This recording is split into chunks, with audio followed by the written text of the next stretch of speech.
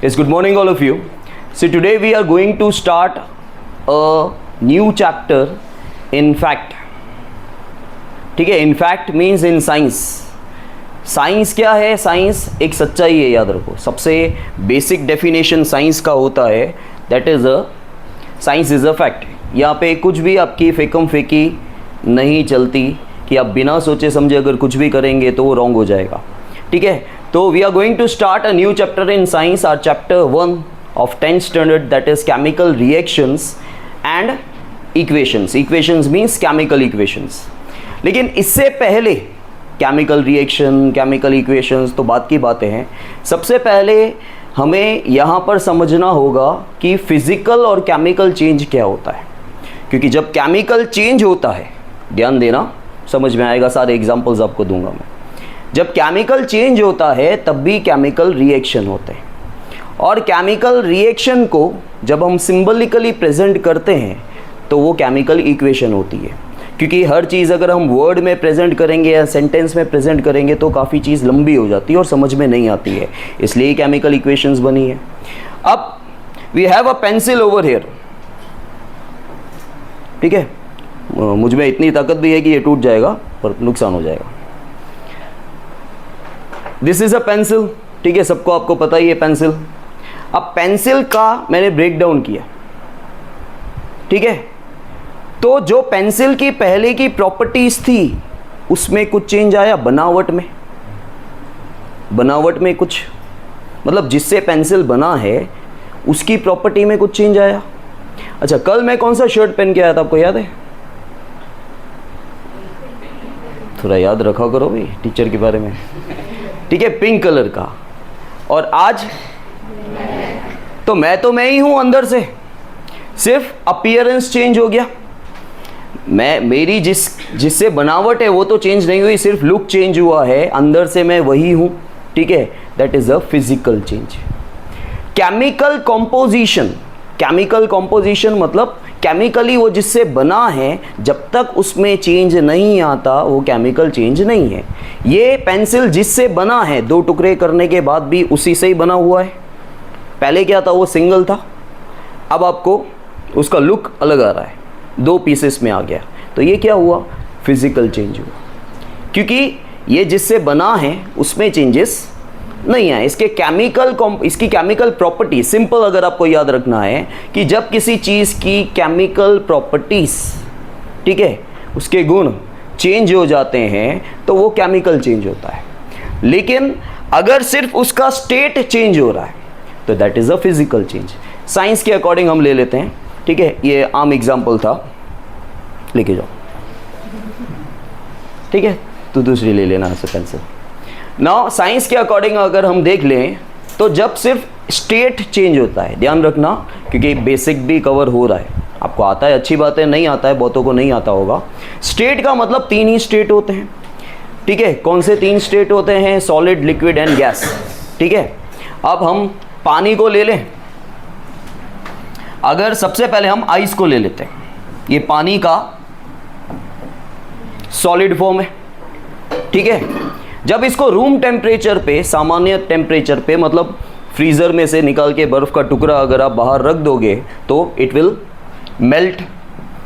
ठीक है, it will melt and it will convert to water in a, जिसको हम लिक्विड को एल से डिनोट करते हैं. ठीक है, और जब आप उसको और गर्म करोगे, गैस के ऊपर बॉईल करोगे, तो वो किस फॉर्म में आ जाएगा? क्या बनेगा? Water vapour. ठीक है, और ये क्या फॉर्म हो गया? गैस फॉर्म हो गया. ठीक है, अब यहाँ पे सब में, इन सारी चीज़ों में ये कन्वर्जन जो हो रहा है, ये कन्वर्जन किसके बेसिस पे हो रहा है पता है आपको?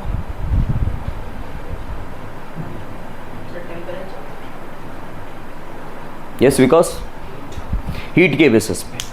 ठीक है, जनरली हीट की, देखो हमारे हवा में, एयर के अंदर ऑक्सीजन प्रेजेंट होता है.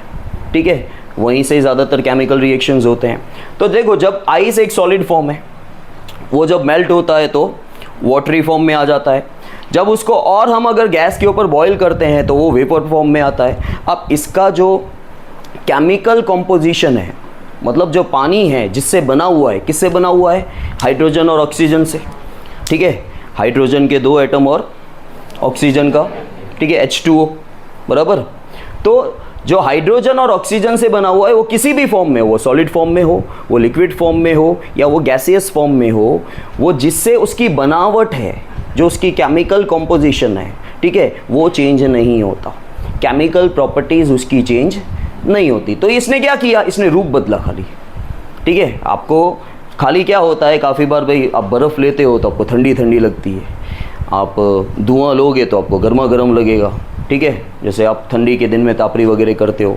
और पानी अगर रूम टेम्परेचर पे है तो नॉर्मल लगेगा, सिर्फ उसमें फील अलग आएगा, लेकिन जो उसका जो टेस्ट होता है जिससे वो बना हुआ है वो तो सेम ही है।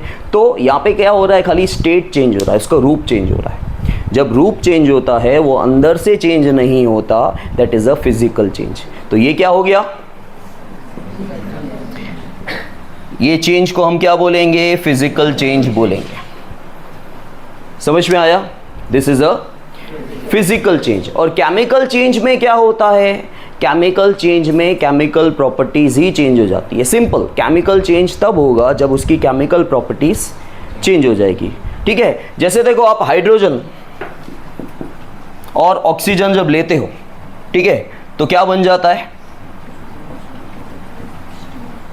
H2O बन जाता है, ठीक है। मैंने सिंबलिक फॉर्म में नहीं, मैंने सिर्फ उसका इनिशिएट लिखा है, हाइड्रोजन एंड ऑक्सीजन, ठीक है। H2O 2O सब मैंने लिखा है, सिर्फ आपको समझाने के लिए यहाँ पे बताया गया है कि हाइड्रोजन और ऑक्सीजन को मिला के, अब हाइड्रोजन और ऑक्सीजन वो क्या है? इंडिविजुअली क्या थे? गैस थे। हाइड्रोजन और ऑक्सीजन क्या होता है? गैस होता है। लेकिन जब वो मिले, एक दूसरे से रिएक्ट किए, तो क्या बना? आपको पानी मिला, वो तो लिक्विड बन गया, ठीक है। तो यहाँ पे केमिकल प्रॉपर्टीज ही चेंज हो गई।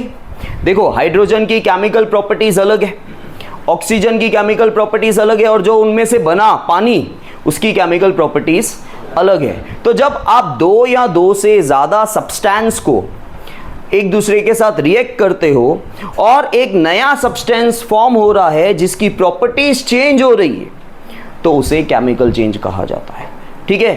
तो आप हाइड्रोजन को जब ऑक्सीजन के साथ रिएक्ट करवाते हो और वहां से एक नया प्रोडक्ट मिल रहा है, दैट इज वाटर, ठीक है। अब वाटर की केमिकल प्रॉपर्टीज देखो, जो आप ले रहे हो और जो बन रहा है, जो आप ले रहे हो, जो एक दूसरे के साथ रिएक्ट कर रहा है, जो लेफ्ट हैंड साइड में है, उसे रिएक्टेंस कहा जाता है। वो आपने 9th में भी पढ़ा होगा। और जो आपको मिला मैथ्स की तरह, जो आंसर मिला, उसको प्रोडक्ट कहा जाता है। लेकिन वहाँ पे क्या होता है? मैथ्स के अंदर मल्टीप्लिकेशन होता है।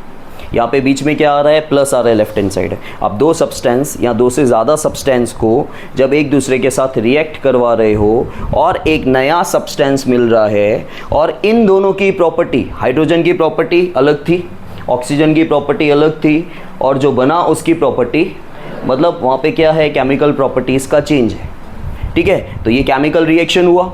अब केमिकल रिएक्शन में क्या हुआ? केमिकल चेंज आ जाता है, ठीक है। जब जब केमिकल रिएक्शन होगा, उसके अंदर केमिकल, मतलब बिना केमिकल चेंज के केमिकल रिएक्शन नहीं होता। केमिकल रिएक्शन के अंदर ऑटोमेटिकली केमिकल चेंज आ जाता है। समझ में आया? जैसे देखो, हम कोई भी लोहे की चीज़, आयरन की चीज़, ठीक है, आयरन को डिनोट किया जाता है Fe से। आयरन की कोई भी चीज़ अगर आप ओपन एटमॉस्फेयर में रख दोगे लंबे समय के लिए, कुछ घंटों के लिए नहीं, लंबे समय के लिए, ठीक है, तो क्या होगा? रस्टिंग आ जाएगी, जिसको हम लोग हिंदी में जंग बोलते हैं। जंग लग जाती है, ठीक है। जंग मतलब वो जंग नहीं, जंग लग जाती है, ठीक है। अब वहाँ पे भी केमिकल रिएक्शन हो रहा है। आप बोल रहे हो सर आयरन को रखा गया है, किसके साथ केमिकल रिएक्शन हो रहा है राहुल? आयरन का आपको आता है, अच्छी बात है। आयरन का अगर हम ओपन एटमॉस्फेयर में रख रहे हैं कोई भी चीज़ आयरन की, कोई भी चीज़ आयरन की, ठीक है, अच्छा, और वो आयरन रॉ होना चाहिए, मतलब कवर्ड नहीं होना चाहिए, पेंटेड नहीं होना चाहिए। आपके घर के बाहर दरवाजे भी लगे हुए हैं, ठीक है, गेट, नॉट दरवाज़ा, दरवाज़ा ये रहा, ठीक है, जो कंपाउंड के बाहर जो होता है वो that is a gate. Gate लोहे का होता है, ठीक है, लेकिन उसमें तो काफ़ी सालों के बाद आपको रस्टिंग दिखती है, जल्दी रस्टिंग नहीं दिखती अगर वो लोहे का गेट है तो, क्योंकि आप उसको पेंट करते हो, उसके नीचे इंसुलेट करते हो, उसको अस्तर आता है वो लगता है, ठीक है, उसके बाद पेंट होता है, मतलब वो कवर हो गया। लोहे का डायरेक्टली रिएक्शन नहीं हो रहा है तो वो रस्ट में कन्वर्ट नहीं हो रहा है, ठीक है, क्योंकि उसके ऊपर पेंट आ गया। समझ में आ रहा है? आप कोई भी चीज़ कवर करके रखते हो तो क्या होता है, प्रोटेक्शन मिल जाता है, तो अंदर वाली चीज़ का रिएक्शन जल्दी नहीं होगा, ठीक है। आज मैंने हाफ स्लीव्स पहना है और अगर 2 बजे मैं घर पैदल जाता हूँ तो धूप का रिएक्शन बॉडी से हो जाएगा, ठीक है। लेकिन अगर ये वाला पार्ट कवर नहीं हो, ये कवर्ड है, ठीक है, ओपन होता तो रिएक्शन होता। तो आयरन का रिएक्शन किसके साथ हो रहा है? सनलाइट हो रहा है। सनलाइट के साथ रिएक्शन नहीं हो रहा है। यस धवल? पानी के साथ और Sit. एयर के साथ। यस माधव? सर ऑक्सीजन के साथ होता है। ऑक्सीजन के साथ हो रहा है। कहाँ से आया ऑक्सीजन? सर एयर के साथ। जो हवा में ऑक्सीजन प्रेजेंट होता है, ठीक है, अभी भी हवा के अंदर क्या है, ऑक्सीजन प्रेजेंट होता है। जब दूसरी चीज़ आपको नहीं दिख रही है ज़्यादातर, ठीक है, और वो ओपन चीज़ है, कहीं पे भी रखी हुई है, तो ज़्यादातर उसका हवा के अंदर जो ऑक्सीजन होता है उसके साथ ही रिएक्शन होता है। तो आयरन का किसके साथ रिएक्शन हो रहा है? जो ऑक्सीजन हवा में प्रेजेंट है उसके साथ रिएक्शन हो रहा है, और वो क्या हो रहा है, रस्ट हो रहा है, कोरोड हो रहा है, उसे कोरोजन कहा जाता है, ठीक है। इसका दूसरा नाम क्या है? कोरोजन या कोरोड हो रहा है, रस्टिंग हो रही है, रस्टिंग भी बोलते हैं, कोरोजन भी कहा जाता है। लेकिन ये कोरोजन कब होता है? जब आयरन का ऑक्सीजन के साथ रिएक्शन हो रहा है, ठीक है। और ऑक्सीजन कहाँ है? हवा के अंदर प्रेजेंट होता है ऑक्सीजन। ऑक्सीजन का जब आयरन के साथ रिएक्शन हो रहा है तो क्या मिल रहा है आपको? रस्ट मिल रहा है। अब जनरली आयरन का कलर कैसा होता है? जो भी आपको आता है बोलो ना। ग्रेइश ब्लैक, एग्जैक्टली ब्लैक नहीं, ग्रेइश ब्लैक बोलते हैं उसको। और यहाँ पे जो हमें रस्ट मिला, ठीक है, रेडिश ब्राउन या ब्राउनिश रेड, जो भी बोलो, ठीक है, रेडिश ब्राउन जनरली बोला जाता है, ठीक है। तो ये भी क्या है? एक केमिकल रिएक्शन हो रहा है। समझ में आया? हमारे आसपास यूं ही केमिकल रिएक्शन होता रहता है। जनरली बहुत सारी चीज़ों में केमिकल रिएक्शन होता रहता है। जैसे आपके घर के अंदर अंगूर रखे हुए हैं, आजकल आप देखो गर्मी ज़्यादा है, ठीक है, तो कोई भी फ्रूट अगर आप बाहर रखोगे वो जल्दी एक तरह से सड़ जाता है। अब जो अंगूर सड़ जाते हैं उसको बोला जाता है फर्मेंट होते हैं। अब अंगूर जब नॉर्मली आप खाते हो कुछ होता है क्या आपको? कुछ नहीं होता है। लेकिन जब अंगूर सड़ जाते हैं और आप खाओगे वो अल्कोहलिक हो जाते हैं, ठीक है। आपने सुना होगा कि ग्रेप्स के अंदर से वाइन बनता है, ठीक है, जनरली ग्रेप्स के अंदर से वाइन बनता है। तो जब वो सड़ जाता है, मतलब फर्मेंट होता है ना, तो उसकी प्रॉपर्टीज़ चेंज हो जाती है, वो भी एक केमिकल रिएक्शन है, ठीक है, और वो अल्कोहलिक हो जाता है।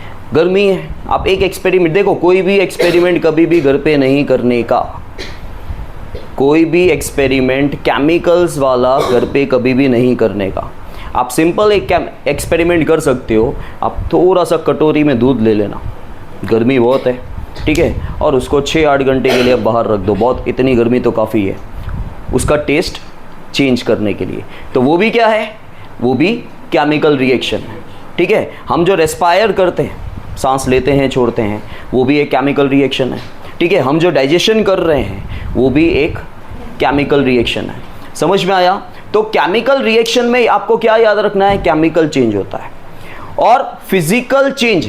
फिर से मैं आ जाता हूँ फिजिकल और केमिकल चेंज पे। पहले फिजिकल चेंज में उसका केमिकल कंपोजिशन चेंज नहीं होता, खाली उसका अपीयरेंस चेंज हो जाता है, आउटर लुक चेंज हो जाता है। जैसे मैंने आपको सिंपल सा एग्जांपल दिया जो साइंस के साथ कनेक्टेड नहीं है, कि कल मैंने पिंक शर्ट पहना था, आज मैं ब्लैक शर्ट पहन के आया हूँ, लेकिन मैं तो मैं ही हूँ, मेरी बनावट चेंज नहीं हुई भाई, अपीयरेंस चेंज हुआ है। जब सिर्फ अपीयरेंस चेंज होता है, उसकी बनावट में चेंज नहीं होता, तब तक वो फिजिकल चेंज कहलाता है, ठीक है।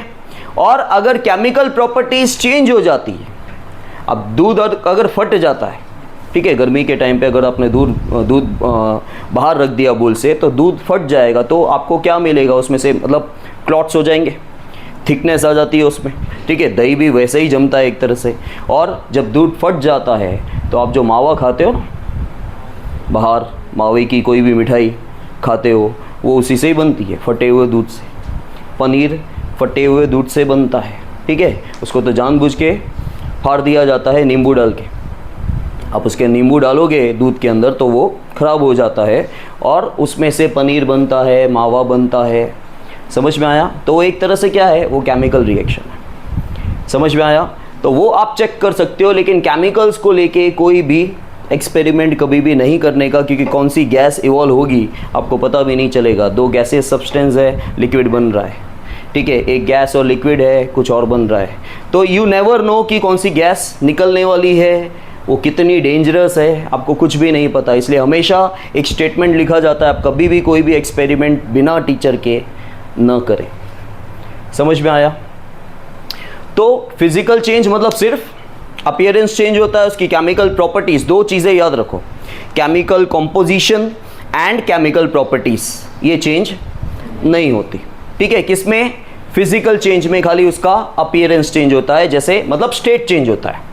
जब स्टेट चेंज हो रहा है, ठीक है, उसकी सिर्फ आउटर लुक चेंज हो रहा है, वो आइस था वाटर हो गया या वाटर से वाटर वेपर हो गया, तो यहाँ पे सिर्फ स्टेट चेंज हो रहा है, उसकी बनावट मतलब वो जिससे बना है वो चेंज नहीं हो रहा, उसकी केमिकल प्रॉपर्टीज़ में या उसके केमिकल कॉम्पोजिशन में कोई चेंज नहीं आ रहे हैं। ठीक है, तो वो फिजिकल चेंज हुआ। लेकिन उसकी एक केमिकल कंपोजिशन, कंपोजिशन मतलब क्या? कंपोज मतलब क्या? बना किस में से है। जब वो केमिकली कंपोजिशन में चेंज आ जाते हैं या केमिकल प्रॉपर्टीज में चेंज आते हैं, उसे केमिकल चेंज कहा जाता है। ठीक है, जैसे हमने देखा कि हाइड्रोजन और ऑक्सीजन को लेके क्या बन रहा है? पानी बन रहा है। वो दो गैसेस थी और उनकी इंडिविजुअल प्रॉपर्टी अलग थी, और ये जो बना उसकी इंडिविजुअल प्रॉपर्टी अलग है। ठीक है, जब जो रिएक्ट हो रहे हैं एक दूसरे से उसकी प्रॉपर्टी अलग थी, और जो चीज़ बनी आपके पास, जो प्रोडक्ट है, उसकी प्रॉपर्टी अलग है, that is a chemical change, उसे केमिकल रिएक्शन कहा जाएगा। समझ में आया? तो केमिकल रिएक्शन क्या होता है, अब हम आ जाते हैं केमिकल रिएक्शन के ऊपर। जब दो या दो से ज़्यादा सब्सटेंस एक दूसरे के साथ रिएक्ट करते हैं, सब्सटेंस मतलब एलिमेंट भी हो सकते हैं, ठीक है, कि भाई हमने हाइड्रोजन और ऑक्सीजन लिया, ठीक है, क्या मिल गया आपको? पानी मिल गया। तो ये दो एलिमेंट्स एक दूसरे के साथ क्या कर रहे हैं? रिएक्ट कर रहे हैं। जब दो या दो से ज़्यादा एलिमेंट्स, जब दो या दो से ज़्यादा सब्सटेंसेस एक दूसरे के साथ रिएक्ट करते हैं और एक नई चीज़ बनती है, तो वहाँ पे क्या हो रहा है? उन दोनों एलिमेंट्स के बीच में या सब्सटेंस के बीच में रिएक्शन हो रहा है। तो दैट इज़ मतलब वहाँ पे केमिकल चेंज आ रहा है, और जहाँ केमिकल चेंज आ रहा है वहाँ पे केमिकल रिएक्शन होता है।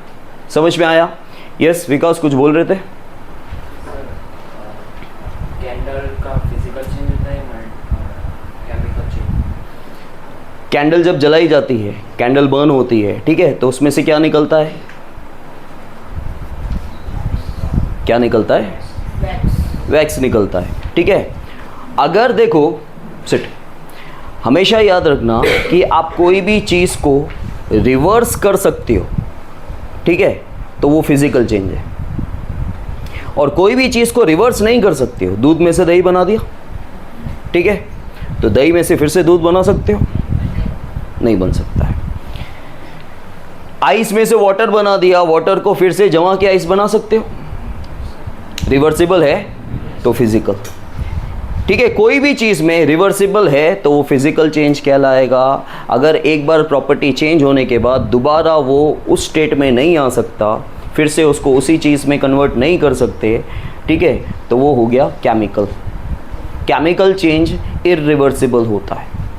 ठीक है, जैसे मैंने एग्जांपल दिया कि दूध में से आपने दही बना दिया, या दूध में से पनीर बना दिया, या दूध में से मावा बना दिया, तो ये क्या हो गया? केमिकल चेंज हो गया, क्योंकि फिर से इन तीनों चीज़ों में से, दही में से या पनीर में से, या मावा में से आप फिर से दूध नहीं बना सकते। तो ये क्योंकि इनकी केमिकल प्रॉपर्टीज़ चेंज हो चुकी है।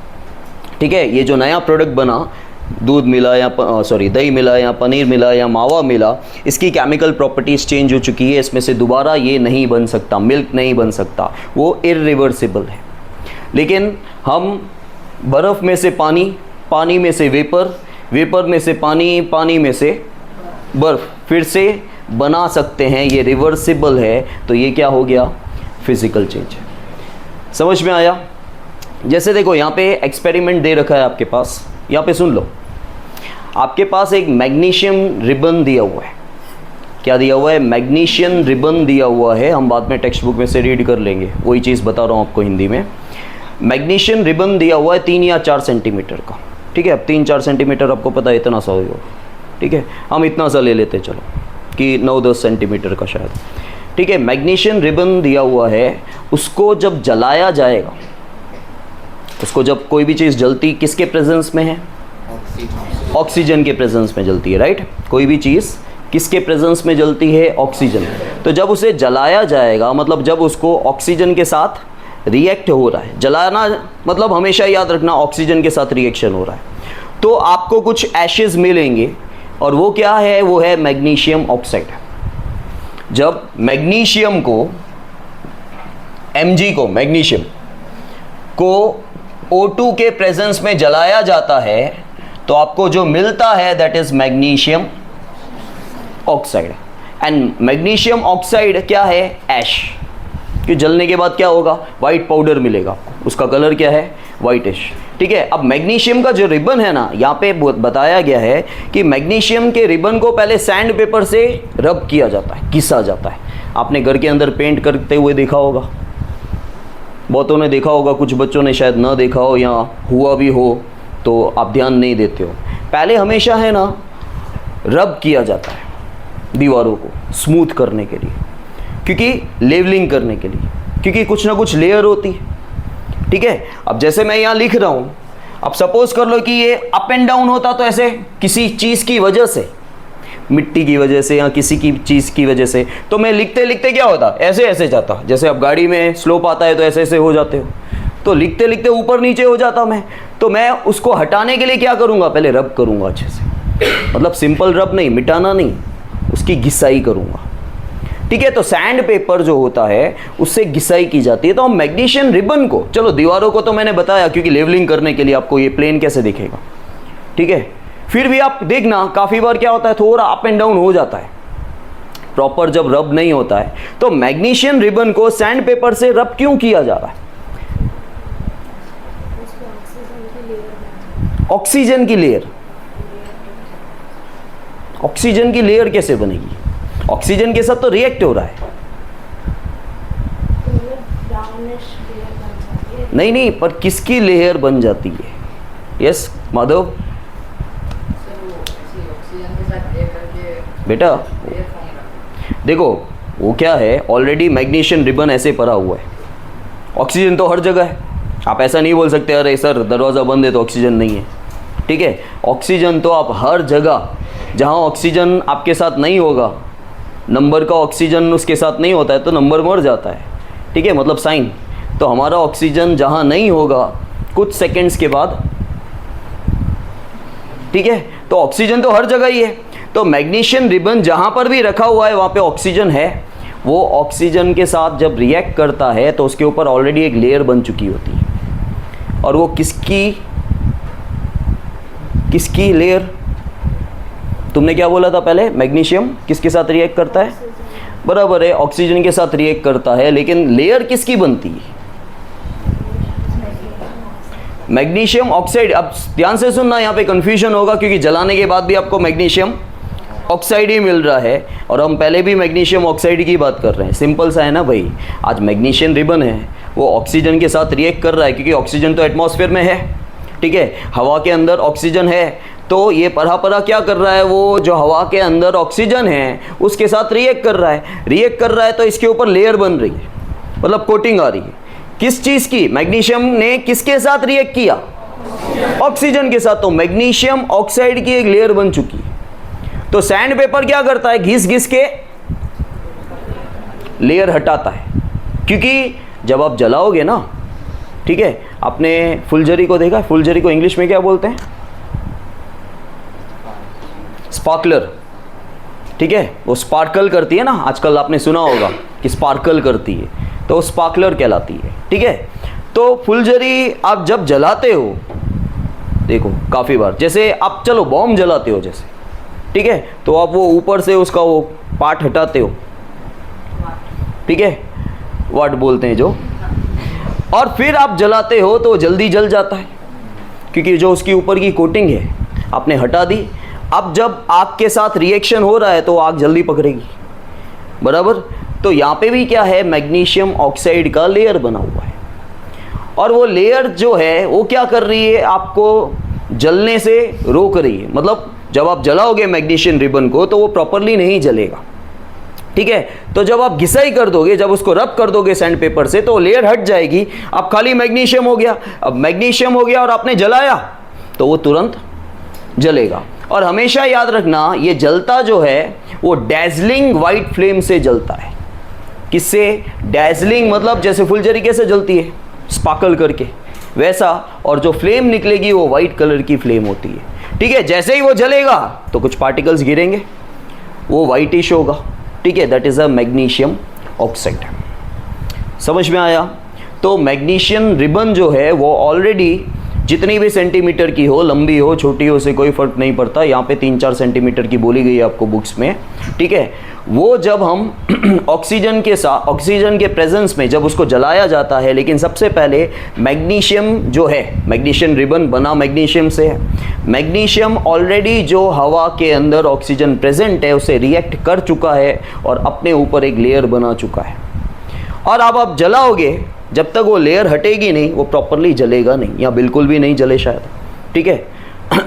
तो अब उस लेयर को आपको सैंड पेपर से, सैंड पेपर एक स्क्वायर रेक्टेंगल पेपर आता है, जैसे पुट्ठा कैसे होता है आपका शीट, ऐसे मोटा आता है जो घिसाई के काम आता है, उससे आप घिस दोगे, ठीक है। तो आपको प्योर मैग्नीशियम मिला। अब ये मैग्नीशियम मिला, आपने जैसे ही जलाया आपको जो मिला that is a magnesium oxide. समझ में आया? समझ में आ रहा है कि नहीं आ रहा है? अच्छा, उसके बाद देखो एक और एक्टिविटी, जो सेकेंड एक्टिविटी आपके पास दे रखी है, क्योंकि एक्टिविटीज़ ही ज़्यादा है, वही समझना है आपको। अब यहाँ पे मैंने देखो मतलब सुनो, बाद में हम टेक्स्ट बुक में से देख लेंगे। अब आप सल्फ्यूरिक एसिड के साथ जिंक के कुछ ग्रैन्यूल्स, मतलब जिंक के जो पीसेस हैं वो आप ले रहे हो एक फ्लास्क के अंदर। सल्फ्यूरिक एसिड क्या होता है? डाइल्यूट सल्फ्यूरिक एसिड लेना है आपको, ठीक है। वो क्या होता है? सल्फ्यूरिक एसिड का दूसरा नाम क्या है? Hydrogen sulphate, H2SO4। Hydrogen sulphate हमेशा याद रखना SO4, ये ज़्यादा से ज़्यादा यूज़ होता है हर जगह, ठीक है। और इसको बोलते हैं डाइल्यूट सल्फ्यूरिक एसिड। अब ये डाइल्यूट क्या होता है? चलो सल्फ्यूरिक एसिड तो आपको समझ में आ रहा है कि एसिड है। डाइल्यूट क्या होता है? सर वो वाटर के साथ मिक्स। Very good. कभी भी डाइल्यूट वर्ड जब आप यूज़ करते हो तो हमने क्या किया हुआ है, हमने उसको वाटर के साथ लिया हुआ है, मिक्स किया हुआ है। तो उस एसिड को, सल्फ्यूरिक एसिड को जब हम पानी के साथ मिक्स कर रहे हैं दैट इज़ अ डाइल्यूट, ठीक है। उसका नाम क्या है? उसका नाम है हाइड्रोजन सल्फेट। क्योंकि देखो जब आप केमिकल इक्वेशन में कन्वर्ट करोगे ना तो हाइड्रोजन सल्फेट का नाम लिखते हो, केमिकली केमिकल सिंबल उसका आता है, सिंबलिकली H2SO4 आता है। सल्फ्यूरिक एसिड हम नहीं लिखते वहाँ पे, ठीक है। सिंबल जो आता है हाइड्रोजन मतलब H2, सल्फेट मतलब SO4, ठीक है। तो जिंक ग्रैन्यूल्स को, जिंक के कुछ टुकड़े, देखो तुम्हारे दिमाग में जिंक नहीं देखा है तो जिंक नहीं आएगा, तो तुम सोचो पत्थर के टुकड़े, पीसेस देखें छोटे छोटे पत्थर, वो ले लिया आपने, ऐसा समझ लो वो जिंक है। उसको आपने क्या किया? उसके साथ एसिड मिक्स किया, डाइल्यूट सल्फ्यूरिक एसिड। तो आपको जो मिलेगा, ठीक है, आपने क्या लिया था? जिंक अलग लिया था, जिंक ग्रैन्यूल्स मतलब जिंक के टुकड़े, और आपने H2SO4 लिया था। अब क्या होगा? H2 जो है जब आप इनका रिएक्शन करोगे तो हाइड्रोजन अलग हो जाएगा, हाइड्रोजन गैस निकलेगी, क्योंकि मेटल का एसिड के साथ जब जब रिएक्शन हो रहा है तो गैस निकलेगी, ठीक है। मेटल का एसिड के साथ रिएक्शन हो रहा है तो गैस निकलेगी। तो यहाँ पे क्या है? जिंक का हम एसिड के साथ, sulphuric acid, dilute sulphuric acid के साथ मिक्स कर रहे हैं। तो आपको जो मिलेगा यहाँ पे जब रिएक्शन होगा इनका, तो आपको जो मिलेगा वो मिलेगा जिंक सल्फेट, और हाइड्रोजन अलग हो गया, ठीक है।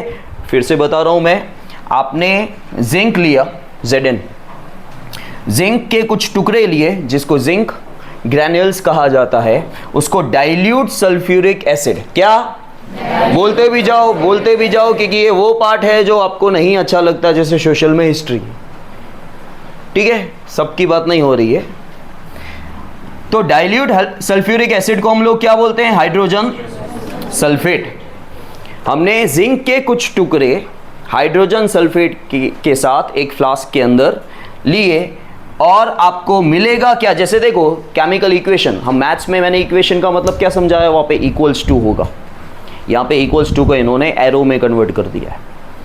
इक्वेशन का मतलब ही इक्वल्स टू होता है, याद रखना। मैथ्स में इक्वेशन की पहचान अगर इक्वल्स टू नहीं हो तो नहीं चलेगा। वैसे ही यहाँ पे भी इक्वेशन नाम दिया है, इक्वेशन का मतलब होता है इक्वेट, इक्वल, लेकिन यहाँ इक्वल्स टू की जगह क्या आ जाता है, एरो आ जाता है, और ये एरो का हेड कहलाता है। ये एरो का क्या कहलाता है, ये जो आप देख रहे हो उसको एरो का हेड बोलते हैं। एरो का हेड हमेशा प्रोडक्ट की तरफ होता है, ठीक है। देखो एनसीईआरटी के लेवल में या गुजरात बोर्ड के लेवल में कभी आपने ऐसे नहीं देखा होगा कि उस साइड रिएक्टेंट्स हैं और इस साइड प्रोडक्ट है, ऐसा भी होता है। आपका एरो का हेड किस तरफ है, जिस तरफ है उस साइड प्रोडक्ट होता है, ठीक है। खैर वो हम बाद में देखेंगे कभी डीप स्टडी में। तो आपने जिंक को डाइल्यूट सल्फ्यूरिक एसिड मतलब हाइड्रोजन सल्फेट के साथ आपने जब केमिकली उसको रिएक्ट किया, यहाँ पे क्या हो रहा है, केमिकल रिएक्शन हो रहा है, ठीक है। तो आपको क्या मिलेगा, आपको जो मिलेगा that is a zinc sulphate, ठीक है। जिंक के साथ सल्फेट मिल जाएगा और ये जो हाइड्रोजन है वो आपका निकलेगा, इवॉल्व होगा। समझ में आया, यहाँ पे इंक इवॉल्व हो गई, समझ में आया। अब ये कैसे होता है ये आपको नहीं पता चलना है कि किसके साथ क्या रिएक्शन होना है, वो तो जब आपका एक्सपीरियंस बोलेगा। बाकी आप ऐसे नहीं बोल सकते कि सर ये साइंटिफिकली लॉजिकली कैसे पता चलेगा, वो तो एक्सपेरिमेंट से ही पता चलता है। ये सब कुछ बोलना चाहते हो?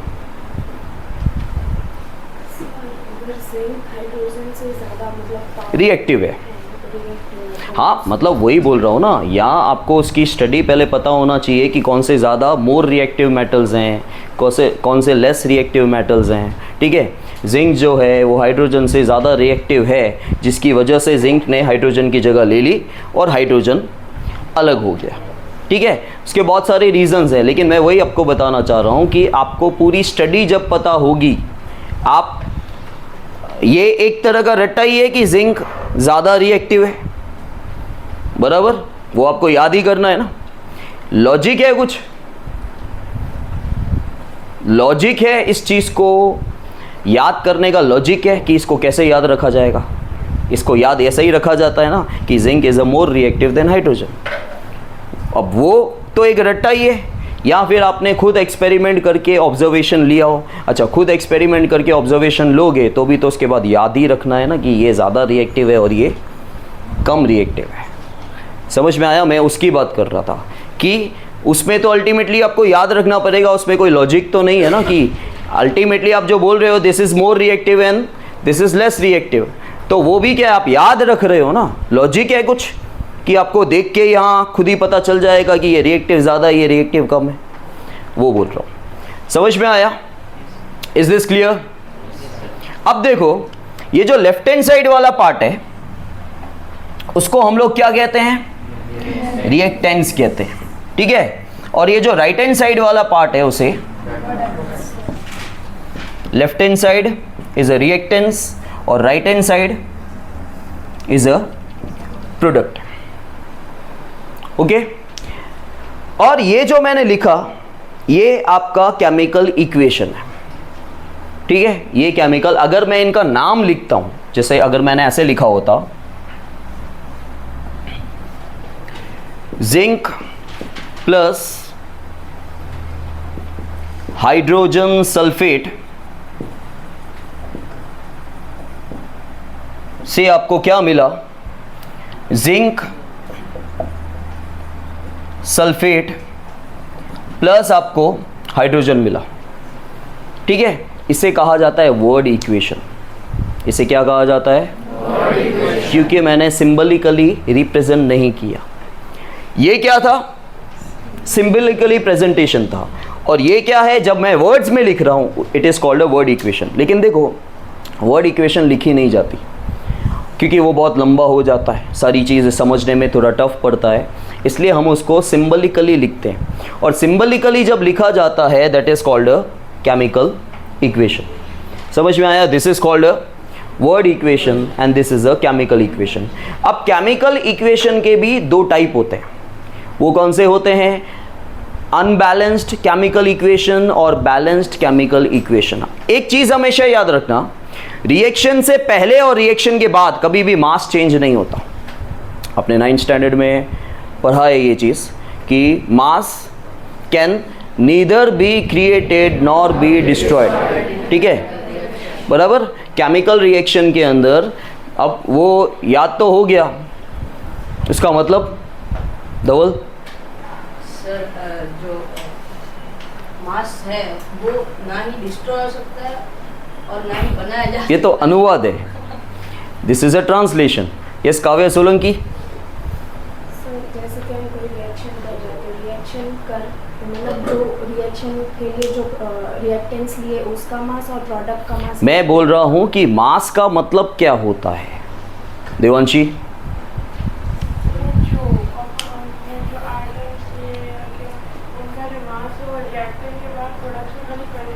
मैं वही पूछ रहा हूं कि मास का मतलब क्या होता है। ये शव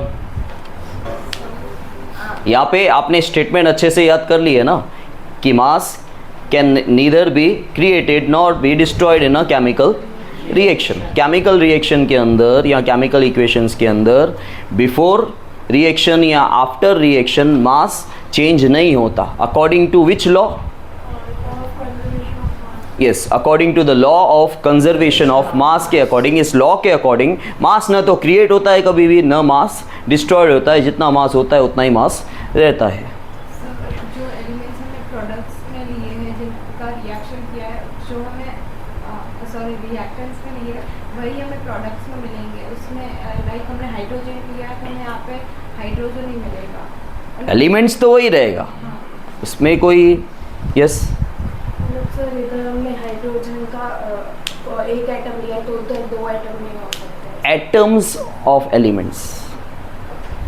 मास का मतलब होता है जो एटम्स हैं उसी को मास कहा जाता है। ठीक है, नंबर ऑफ एटम्स को, नंबर ऑफ एलिमेंट। यहाँ पे हाइड्रोजन है, वहाँ पे भी हाइड्रोजन होगा, लेकिन हाइड्रोजन के एटम कितने हैं? यहाँ पे 2 हैं तो वहाँ पे भी 2 होने चाहिए। ठीक है, यहाँ पे तो अगर सेम एटम्स नहीं है उसे अनबैलेंस्ड केमिकल इक्वेशन कहा जाता है, जिसे स्केलेटल केमिकल इक्वेशन भी कहा जाता है। ये उसका दूसरा नाम है। वैसे केमिकल इक्वेशन के 2 ही टाइप हैं, एक अनबैलेंस्ड और एक बैलेंस्ड। जैसे आप क्या लेते हो? हाइड्रोजन और ऑक्सीजन ले रहे। हाइड्रोजन को किससे डिनोट करते हैं? H2 और ऑक्सीजन को O2 और मिला क्या?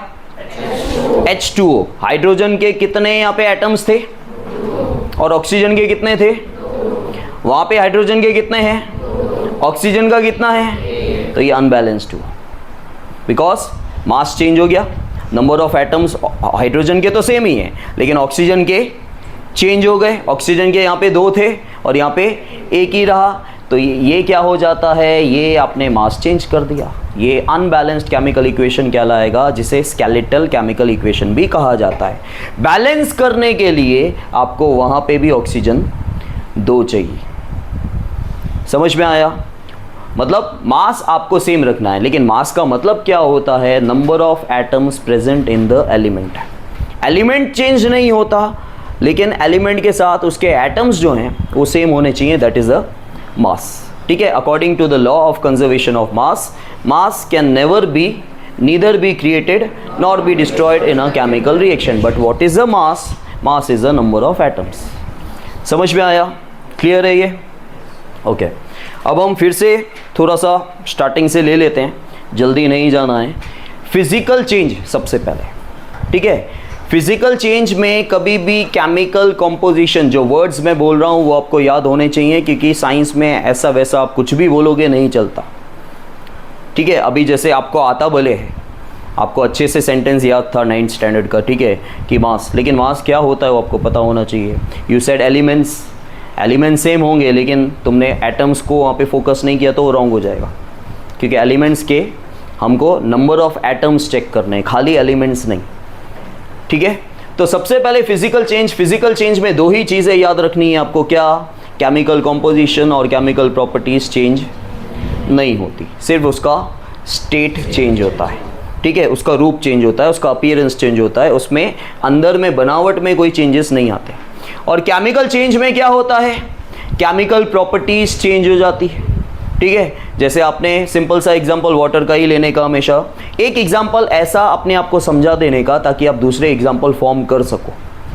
ठीक है, आप एक भी एग्जांपल आपको लॉजिकली समझ में नहीं आएगा अगर आपको, तो आप कोई भी एग्जांपल फॉर्म नहीं कर पाओगे कि वो होता क्या है, क्योंकि साइंस के सेंटेंस से आपको लॉजिकली समझ में नहीं आता, आपको उसके एग्जाम्पल से उसका लॉजिक पता चलता है।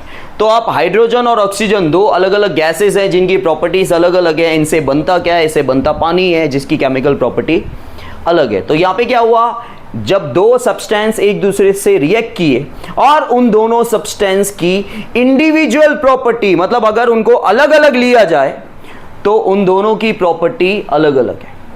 ठीक है, और जब उनको रिएक्ट किया, एक दूसरे के साथ मिक्स किया हमने, रिएक्शन हुआ उनके बीच में, तो एक नया प्रोडक्ट मिला विथ अ न्यू प्रॉपर्टी, उसकी केमिकल प्रॉपर्टी चेंज हो गई। और वो दोनों इंडिविजुअली गैस फॉर्म में थे, और यहाँ पे जो आपको मिला that is a liquid form, जिसकी बट ऑब्वियस है कि केमिकल प्रॉपर्टी चेंज हो गई है करके। तो this is a chemical change. जब केमिकल रिएक्शन हो रहा है, याद रखना, केमिकल रिएक्शन किसके बिना नहीं हो पाता, केमिकल चेंज की। केमिकल रिएक्शन अगर हो रहा है तो उसके अंदर केमिकल चेंज हो जाएगा। और केमिकल रिएक्शन में जो दो सब्सटेंसेस आप ले रहे हो, फॉर एग्जांपल हाइड्रोजन और ऑक्सीजन जो आपने लिया, ठीक है, वो लेफ्ट हैंड साइड आएगा, और ये दोनों क्या कर रहे हैं एक दूसरे के साथ, the substance which react, the substances, ठीक है, व्हेन टू और more than to substances react with each other, ठीक है, दे आर कॉल्ड रिएक्टेंट्स। जो रिएक्ट कर रहा है एक दूसरे के साथ वो रिएक्टेंट कहलाएगा। और इन दोनों को रिएक्ट करवाने के बाद जो एक नई चीज़ आपको मिली, ठीक है, that is called a product. Product हमेशा कहाँ होगा, प्रोडक्ट हमेशा राइट हैंड साइड होगा, और लेफ्ट हैंड साइड क्या होगा, रिएक्टेंस होगा। ये आपको खास ध्यान रखना है। समझ में आया? अच्छा, यस।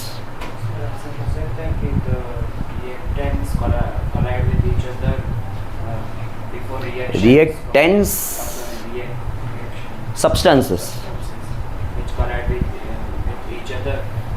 कोलाइड बोलो, रिएक्ट बोलो, बात वही हो गई, लेकिन साइंस के अकॉर्डिंग ज़्यादातर जो है हम रिएक्ट बोलते हैं।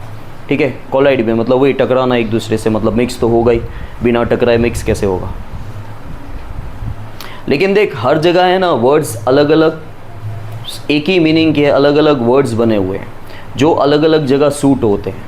हम सेम मीनिंग है लेकिन वर्ड्स अलग अलग होते हैं और जो अलग अलग जगहों पे यूज़ किया जाता है।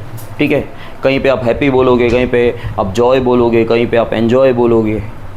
ठीक है, तो सब जगह सिचुएशन के हिसाब से हम लोग वर्ड यूज़ करते हैं। ठीक है, आई फील हैप्पी, अब जैसे आप किसी पार्टी में जा रहे हो तो आपसे पूछा जा रहा है कैसा लग रहा है, आई फील हैप्पी। अब ठीक है, आप सही बोल रहे हो, आई फील हैप्पी, लेकिन वहाँ पे आप एन्जॉय कर रहे हो।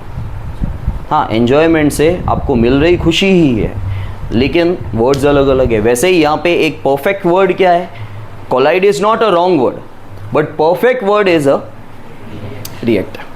ठीक है, समझ में आया? तो हमने देखा कि लेफ्ट हैंड साइड वाला पार्ट क्या है, रिएक्टेंट है जो रिएक्ट हो रहे हैं, और राइट हैंड साइड वाला पार्ट क्या है, दैट इज़ अ प्रोडक्ट। ठीक है, अब हमेशा अगर हम स्टेटमेंट वाइज लिखेंगे, अगर मैं बोल रहा हूँ कि भाई मैग्नीशियम जो है वो ऑक्सीजन के साथ रिएक्ट कर रहा है और क्या मिल रहा है, मैग्नीशियम ऑक्साइड। अब ये सेंटेंस वाइज बोलेंगे तो हमेशा समझ में नहीं आएगा, लंबा भी हो जाएगा। तो हम क्या कर रहे हैं, मैग्नीशियम की जगह मैग्नीशियम लिख रहे हैं, प्लस हम ऑक्सीजन लिख रहे हैं, एरो बना के हम लिख रहे हैं मैग्नीशियम ऑक्साइड।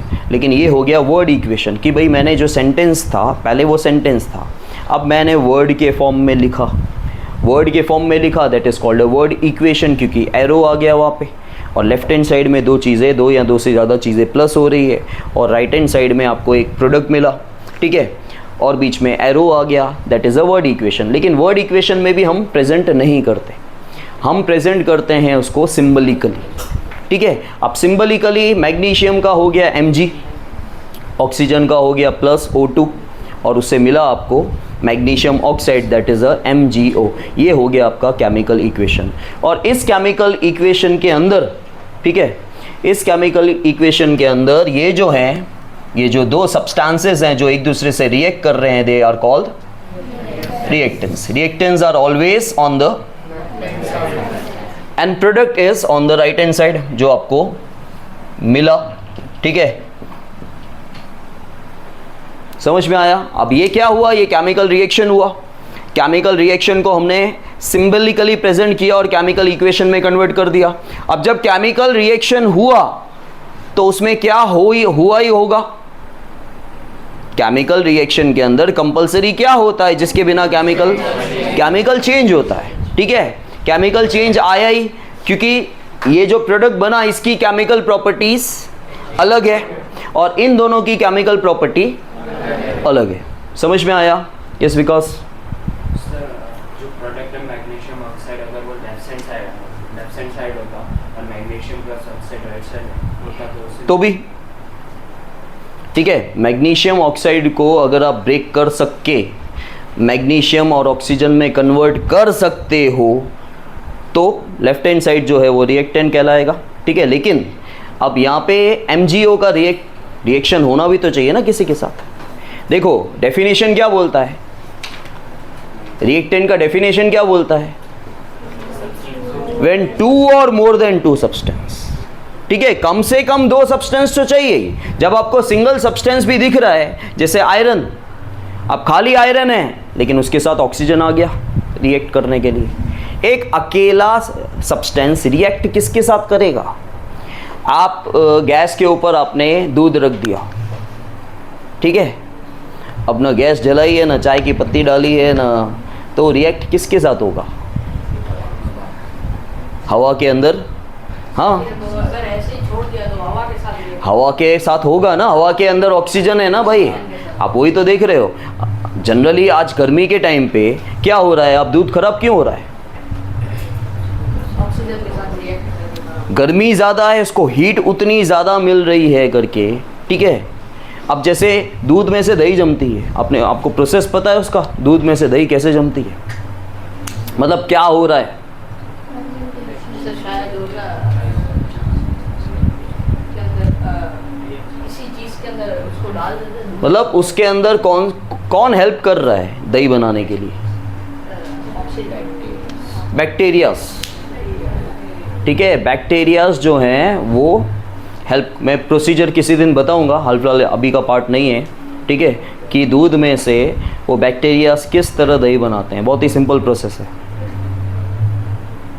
यस, मल्टी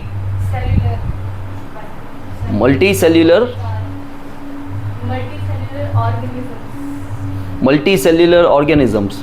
उसको सिंपल वर्ड में जो इसने बोला बैक्टीरियाज. ठीक है, लेकिन मैं बोल रहा हूँ कि प्रोसीजर क्या, वो कैसे करते हैं. खाली बैक्टीरिया प्रेजेंट होने से वो क्या कर लेंगे? वो दूध दही बन जाएगा. वो कुछ कर रहे होंगे ना बैक्टीरिया, तब जाके दूध में से दही बनता है.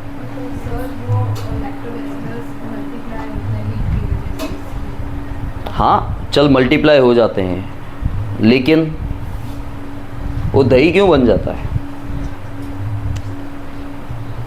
ऐसे तो मैं दूध के अंदर कॉर्नफ्लेक्स डाल रहा हूँ तो दही नहीं बनता है.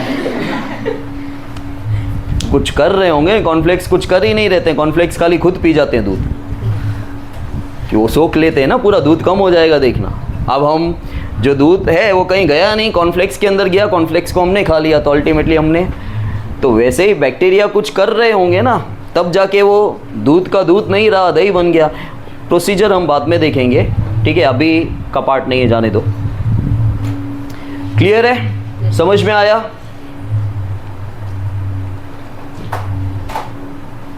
रीड कर ले. Yes guys, now we are continuing with the text book. Now जो टेक्स्ट बुक में सेम चीज़ें लिखी हुई है वो हम एक बार रीड कर लेते हैं. See chemical reactions and equations. Consider the following situations of daily life and think what happens when. देखो, जैसे milk is left at room temperature during summers. जैसे सबसे पहला एग्जांपल जो मैंने दिया आपको, दूध अगर गर्मियों के दिन में, अभी खास करके अपने यहाँ पे कच्छ के अंदर बहुत ज़्यादा गर्मी है, 40+ होती ही होती है. ठीक है, मई के महीने में आप दूध अगर 6-8 घंटा बाहर छोड़ दोगे, और दूध अगर ऑलरेडी बहुत पुराना है तो 6-8 घंटे भी नहीं लगेंगे. ठीक है, तो अगर फ्रेश दूध है और वो आपने गर्मी में बाहर रख दिया ऐसे ही बिना बॉईल किए, ठीक है, 6-8 घंटे के लिए, तो वो डेफिनेटली क्या होगा, वहाँ पे केमिकल रिएक्शन होगा, वो स्पॉइल हो जाएगा। फिर एक कोई भी आयरन की चीज़, आयरन का तवा हो, पैन हो, खिल्ला हो, नेल हो, अगर वो आप एक्सपोज कर दोगे एटमॉस्फेयर में, खुले एटमॉस्फेयर में रख दोगे, तो एटमॉस्फेयर के अंदर जो ऑक्सीजन प्रेजेंट है वो उसके साथ रिएक्ट होगा और वहाँ पे रस्टिंग हो जाएगी, ठीक है। ग्रेप्स जो है वो फर्मेंट हो जाते हैं, एक तरह से उसमें से क्या बन जाती है, वाइन बन जाती है, ठीक है। बन नहीं जाएगी लेकिन वो अल्कोहलिक हो जाता है क्योंकि उसके भी आगे प्रोसेस होते हैं, ठीक है। Food is cooked, that is also chemical change.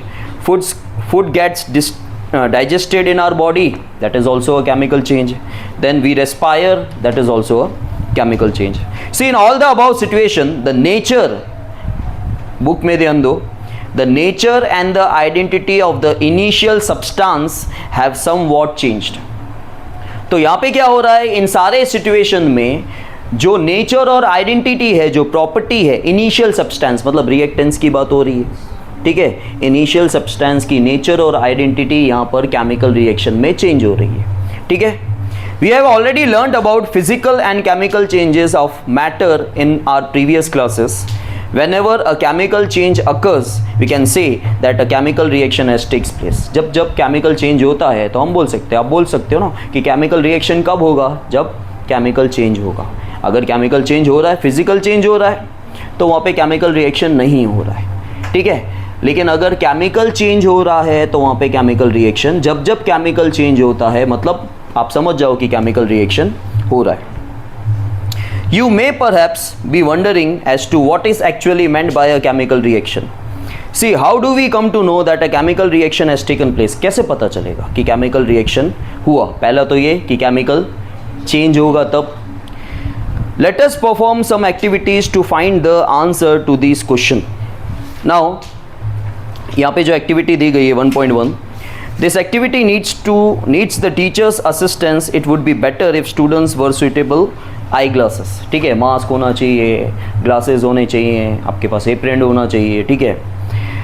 C, clean up magnesium ribbon about 3 to 4 centimetre long by rubbing it with sand paper. सबसे पहले बोला गया है कि एक मैग्नीशियम रिबन लेना है, लेकिन उसको आप क्लीन करो। क्यों क्लीन करो वो यहाँ नहीं लिखा हुआ है, वो मैंने आपको बता दिया कि वहाँ पे क्या हो रहा है कि वहाँ पे मैग्नीशियम के ऊपर, मैग्नीशियम ऑलरेडी एटमॉस्फेयर में रखा हुआ है, वो ऑक्सीजन के साथ रिएक्ट करके उसके ऊपर एक लेयर बन चुका है मैग्नीशियम ऑक्साइड का। आप सैंड पेपर से मैग्नीशियम ऑक्साइड का लेयर हटाओगे ताकि आपको प्योर मैग्नीशियम मिल जाए और वो जलने में इजी रहेगा, और जब उसको जलाओगे तो आपको जो मिलेगा वो भी क्या मिलेगा, that is magnesium oxide. See, hold it with a pair of tongs, burn it using a spirit lamp or burner and collect the ash so formed in a watch glass as shown in the figure 1.1. तो आप देख सकते हो कि जो tongs हैं उससे आपने पकड़ा है, ठीक है, और मैग्नीशियम रिबन को जलाया जा रहा है। जलाने के बाद क्या हो रहा है कि आपको जो ऐश मिल रहा है that is a magnesium oxide, और वो किस में कलेक्ट कर रहे हो आप, एक वॉच ग्लास में कलेक्ट कर रहे हो। Burn the magnesium ribbon keeping it away as far as possible from your eye, जितना दूर हो सके, ठीक है। आज आप फुलझड़ी भी जलाते हो तो दूर ही रखते हो, ठीक है। आपको पता है कि चलो हमको ज़्यादा कुछ होने वाला नहीं है इसलिए आप पास में उतना नहीं रखते हो, लेकिन वो हार्मफुल तो है ही, उसके अंदर जो गैसेस निकलती है।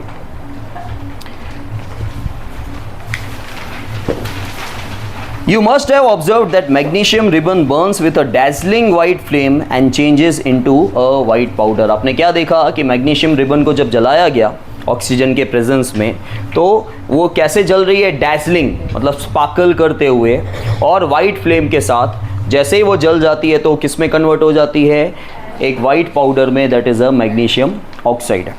This powder is magnesium oxide.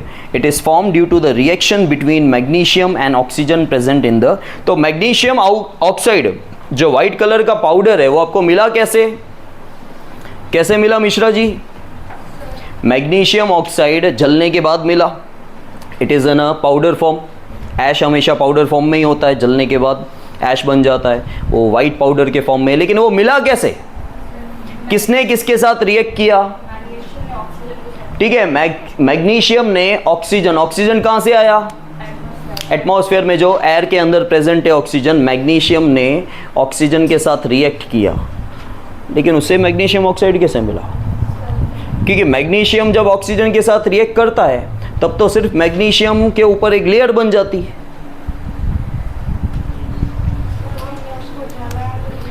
देखो हमने उसको यहाँ पे क्या किया है, जलाया है, ठीक है। और जलना पॉसिबल किसके बिना नहीं होता, तो यहाँ पे जलाया गया है, ठीक है। देखो पहली कंडीशन भी वही थी कि मैग्नीशियम जो है वो ऑक्सीजन के साथ रिएक्ट कर चुका है और उसके ऊपर एक लेयर बन चुकी है, लेकिन वहाँ पे जल नहीं रहा था, ठीक है। वहाँ पे एक लेयर बना था, वो भी मैग्नीशियम ऑक्साइड का ही लेयर था।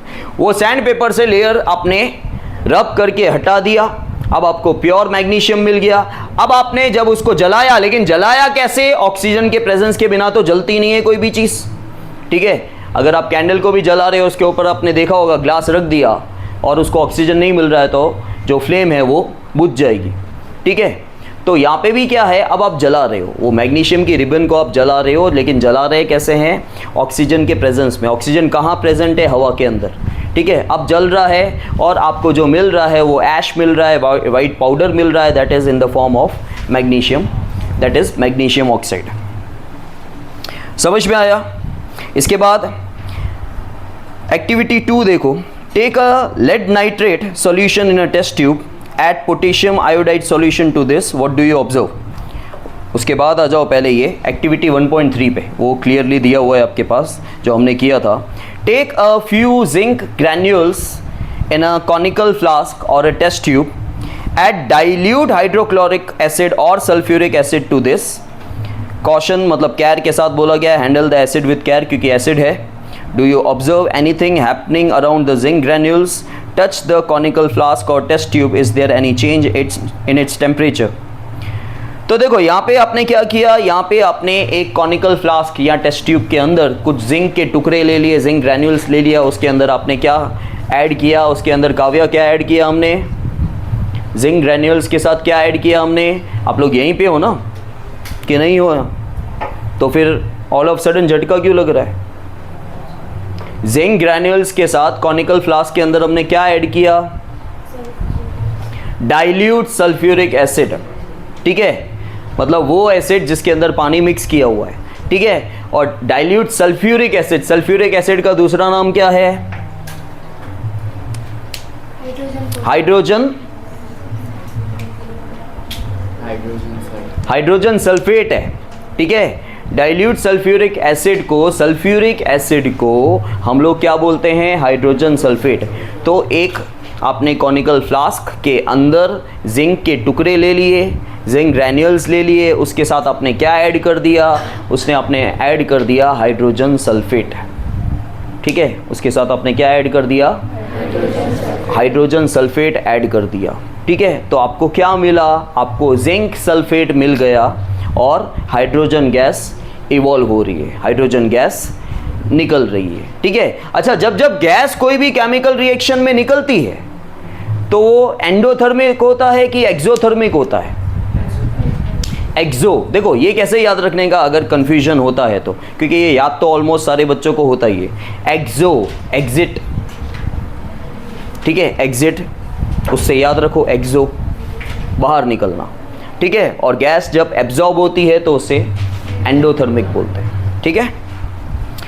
अच्छा, यहाँ पे कुछ कैरेक्टरिस्टिक्स बताए गए हैं कि आपको कैसे पता चलेगा कि केमिकल रिएक्शन हुआ या केमिकल चेंज आया, ठीक है। वो पता चलता है हमें चेंज इन स्टेट से।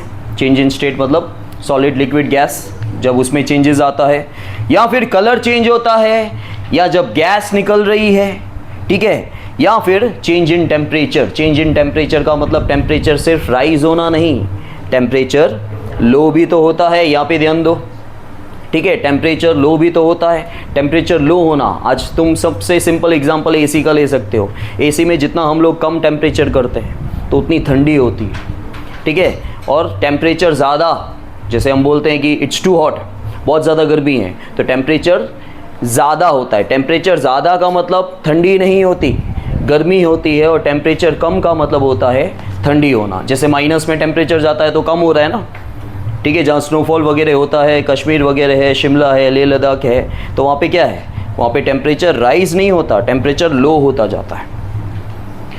So from the above three activities, we can say that any of the following observations helps us to determine whether a chemical reaction has taken place or not. Change in state, state अगर change होता है, ठीक है, change in color, evolution of gas, change in temperature. As we observe the changes around us, we can see that there is a large variety of chemical reaction taking place around us. देखो हमारे आसपास जो भी change हो रहा है, ठीक है, मतलब वहाँ पे chemical reaction हो रहा है. फिज़िकल चेंज में भी केमिकल रिएक्शन तो हो ही रहा है और केमिकल चेंज में भी केमिकल रिएक्शन हो रहा है, ठीक है. जब स्टेट चेंज हो रहा है तो वहाँ पे भी केमिकल रिएक्शन तो हो ही रहा है, ठीक है. और जब केमिकल चेंज आता है उसमें भी केमिकल रिएक्शन, हमारे आसपास केमिकल रिएक्शंस होते ही रहते हैं. देन जैसे एक सिंपल सी चीज़ आपको बताऊं कि आप जब आटा गूंदते हो, आटा बनाते हो रोटी के लिए, गूंदते हैं ना, ठीक है. तो जब आटे के अंदर आप पानी मिक्स करते हो और आपको आटा बन जाता है रोटी के लिए, ठीक है, आप वापस पानी और उसको अलग कर सकते हो, तो वो भी एक तरह का केमिकल रिएक्शन ही हुआ. जब आप चाय बना देते हो, चाय में से दूध, चाय की पत्ती, उसका पानी, सब कुछ, चीनी अलग कर सकते हैं, सारी चीज़ें अलग हो सकती है वापस. Is it possible? क्या? रोटी में से आटा थोड़ी बनेगा. हाँ, तो नहीं बनेगा ना, वो तो आगे का प्रोसेस है. नहीं तो वहाँ से बनेगा. हाँ, और रोटी और ज़्यादा पक जाए, जब जल जाती है और ऐश के फॉर्म में आ जाता है, तो उस ऐश में से भी फिर से रोटी नहीं बन सकती, ठीक है. वो तो हम आगे जाते जाएंगे तो होता ही जाएगा. समझ में आया? तो आपको ये इसके कैरेक्टरिस्टिक्स याद रखने हैं कि चेंज इन स्टेट होता है, चेंज इन कलर होता है, चेंज इन टेम्परेचर होता है और एवोल्यूशन ऑफ गैस होता है. इवन एक और चीज़ होती है, दैट इज़ प्रेसिपिटेशन. वो प्रेसिपिटेशन क्या होता है येशा?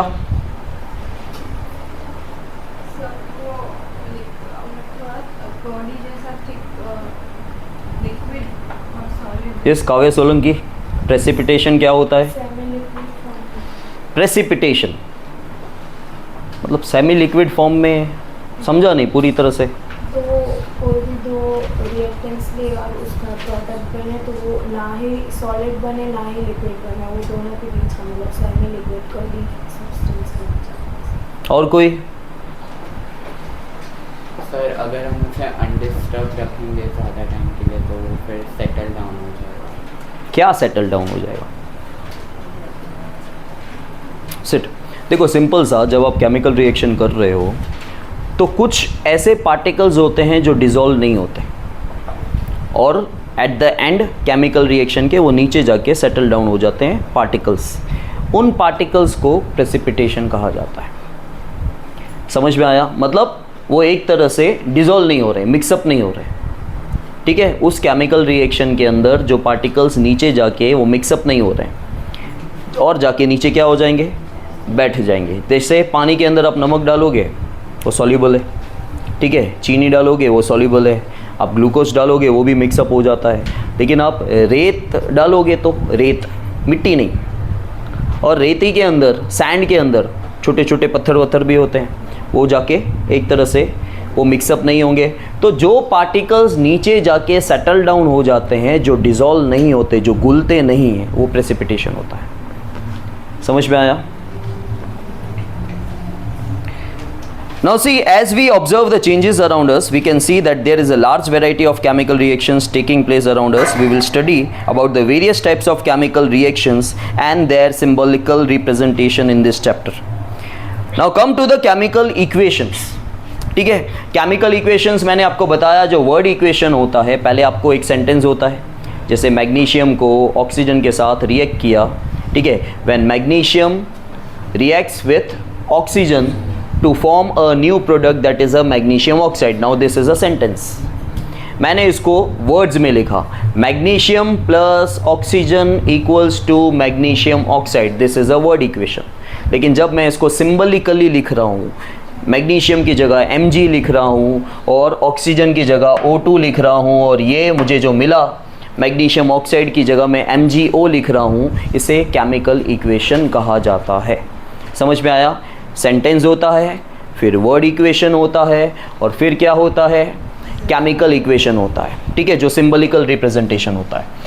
अब ये आपको केमिकल इक्वेशन मिल गया, राइट। और केमिकल इक्वेशन केमिकल रिएक्शन के बाद ही होता है। जो मैंने तीनों चीज़ें बताई, सेंटेंस बताया, वर्ड इक्वेशन बताया और सिंबलिकल रिप्रेजेंटेशन बताया, वो तीनों क्या है? केमिकल रिएक्शन है। वो तीनों क्या है? केमिकल्स का रिएक्शन हो रहा है ना। केमिकल रिएक्शन मतलब क्या? दो सब्सटेंस का रिएक्शन हो रहा है। तो ये तीनों चीज़ें हैं तो केमिकल रिएक्शन ही हो रहा है यहाँ पे, ठीक है। ये तीनों चीज़ों में क्या हो रहा है?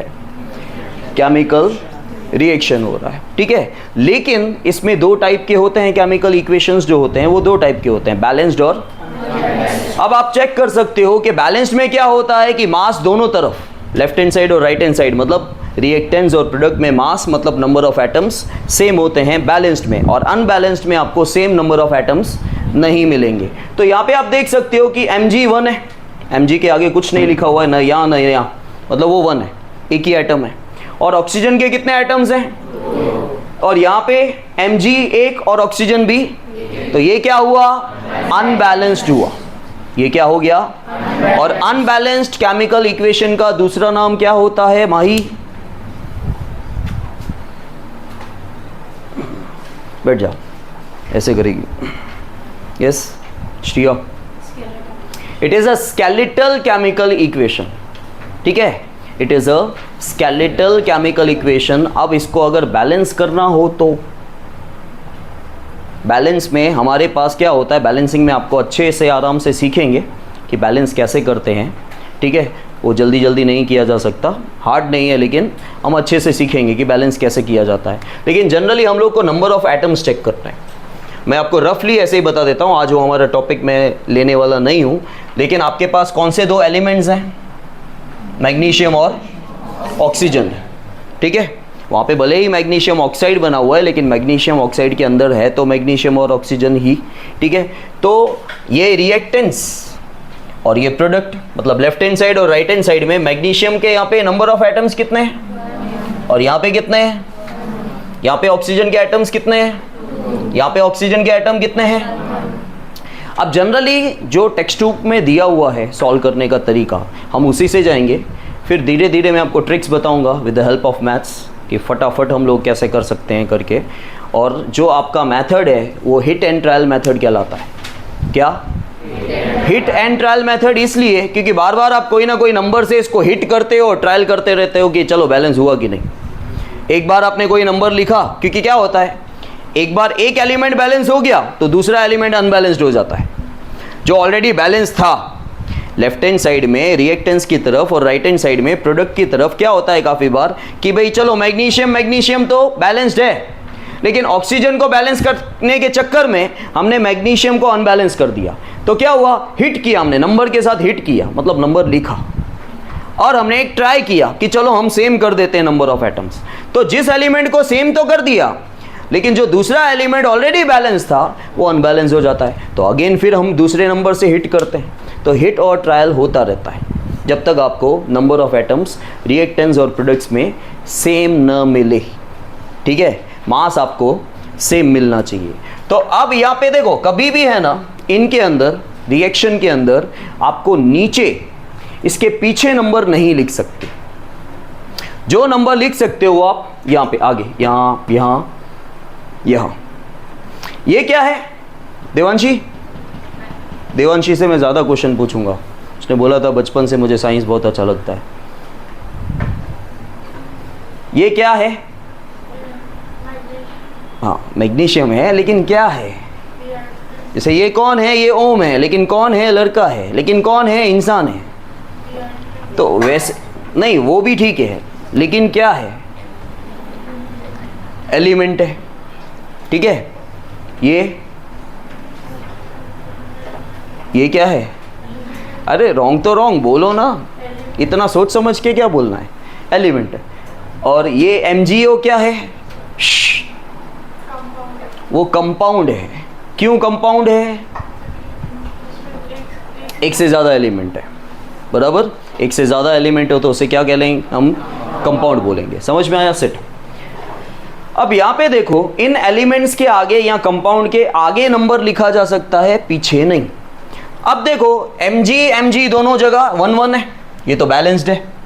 लेकिन ऑक्सीजन जो है रिएक्टेंट के अंदर 2 हैं और वहां पे 1 है, तो इसको हम 2 कर सकते हैं, इसको कम नहीं कर सकते, इसको ज़्यादा करेंगे। तो यहाँ पे 1 है तो इसको 2 करना है, तो 2 करना है तो यहाँ पे 2 लगा देंगे ऐसा, तो हमको 2 लगाना होगा आगे। तो हमने यहाँ पे इंटू 2 किया, तो चलो अब ऑक्सीजन के भी अब फिर से चेक करना होता है। चलो ऑक्सीजन के 2 थे, नहीं थे, हमने 2 कर दिए, हो गया ख़त्म। आपको फिर से चेक करना है Mg के कितने हैं यहाँ पे रिएक्टेंस में, अब वहाँ नहीं देखो, वो पहले का था। Mg के कितने हैं रिएक्टेंस में, 1 एटम है। यहाँ पे 2 जो लिखा हुआ है ना वो पूरे कंपाउंड का है, मतलब वो मैथ्स में कैसे करते हैं, ब्रैकेट के बाहर होल स्क्वायर नहीं, आगे वाला नंबर सबसे मल्टीप्लाई होता है, तो ये वही है, ये सबसे मल्टीप्लाई हो रहा है। तो अब रिएक्टेंट में Mg1 है नंबर ऑफ एटम्स, यहाँ पे Mg2 है। अब तो ये तो गड़बड़ हो गई। चलो ऑक्सीजन चेक कर लेते हैं। ऑक्सीजन यहाँ पे रिएक्टेंट में और वहाँ पे ऑक्सीजन, चलो ऑक्सीजन बराबर हो गए, लेकिन Mg यहाँ पे 2 हो गए, यहाँ पे, तो यहाँ पे मैं 2 लिख सकता हूँ। अब फिर से आपको चेक करना है, हो नहीं गया, ठीक है। अब रिएक्टेंट्स में Mg कितने हैं और प्रोडक्ट में Mg कितने हैं, ऑक्सीजन यहाँ पे रिएक्टेंट्स में कितने हैं, यहाँ पे कितने हैं, हो गया, ये बैलेंस्ड है। समझ में आया। और बैलेंसिंग का 10 से लेके बहुत ज़्यादा इंपॉर्टेंस होता है। एक हमारा जो बेसिक मेथड है जो टेक्स्ट बुक के अंदर दिया हुआ है, that is a hit and trial method, ठीक है। लेकिन इसके अलावा जो हाई-फाई इक्वेशंस होते हैं उसमें ABCD मेथड भी होता है, ठीक है। ABCD मेथड नहीं सुना है ना, ये भी नहीं था ना 9th में, तो आपको balancing hit and trial basic होता है। ये तो चलो छोटा सा इक्वेशन था, ये तो काफ़ी बार 6 बार आपको देखना पड़ता है, ये हो गया बैलेंस, वो नहीं हुआ, वो हो गया, ये नहीं हुआ, इसको पकड़ के आया वो भाग गया, जैसे बोलते हैं इसको बिठाया वो चला गया, इसको बिठाया वो चला गया। तो यहाँ पे वही है। अब जैसे ये ले लेते हैं हम, जिंक को हमने हाइड्रोजन सल्फेट मतलब डाइल्यूट सल्फ्यूरिक एसिड के साथ मिक्सअप किया, तो आपको क्या मिला, जिंक सल्फेट मिल गया और हाइड्रोजन इवॉल्व हो गया, बराबर। अब यहाँ पे कौन कौन से एलिमेंट्स हैं पहले उनका नाम लिखो, जिंक, हाइड्रोजन, सल्फेट।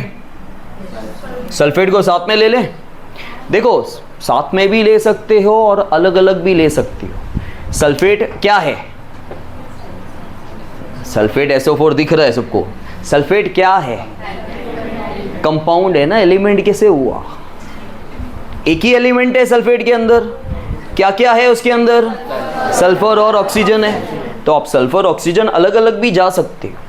और आप सल्फेट के नज़रिए से अगर देख रहे हो तो आप पहले ये चेक करो दोनों जगह सल्फेट है कि नहीं, रिएक्टेंट्स और प्रोडक्ट में दोनों जगह सल्फेट है, तो आप उसको कलेक्टिव भी ले सकते हो, ले लिया चलो SO4, ठीक है। अगेन इंक इवॉल्व हो रही है। अब देखो यहाँ पे Z, ये रिएक्टेंट्स, ये प्रोडक्ट। रिएक्टेंट्स के अंदर जिंक कितना है, 1 है, यहाँ पे SO4 अगर मैं साथ में ले लेता हूँ फॉर एग्जाम्पल, ठीक है, तो यहाँ पे SO4। अब देखो SO4 में ऑक्सीजन के 4 आइटम है, उसको ऐसे लिखा नहीं जा सकते यहाँ पे SO4, क्योंकि 4 तो एक नंबर है जो नंबर ऑफ एटम है। तो आप सल्फर और ऑक्सीजन को अलग अलग लेके काउंट करो, या फिर डायरेक्टली चेक करो कि S और O कितने हैं, S 1 है, O 4 है, ठीक है।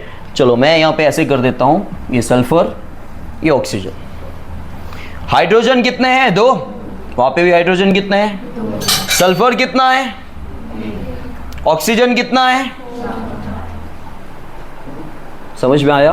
देखो ब्रैकेट के बाहर होता ना, जैसे हाइड्रोक्साइड हम लिखते हैं, ये हाइड्रोक्साइड होता है OH2, तो ये 2 दोनों का है, मतलब 2 ऑक्सीजन का भी है, 2। मैं धीरे धीरे इसको मैथ से कंपेयर करवाऊंगा, ठीक है, धीरे धीरे, क्योंकि मैथ्स की चीज़ें आपको ऑलरेडी आती है, सिर्फ मैं आपको फ़र्क बता दूंगा।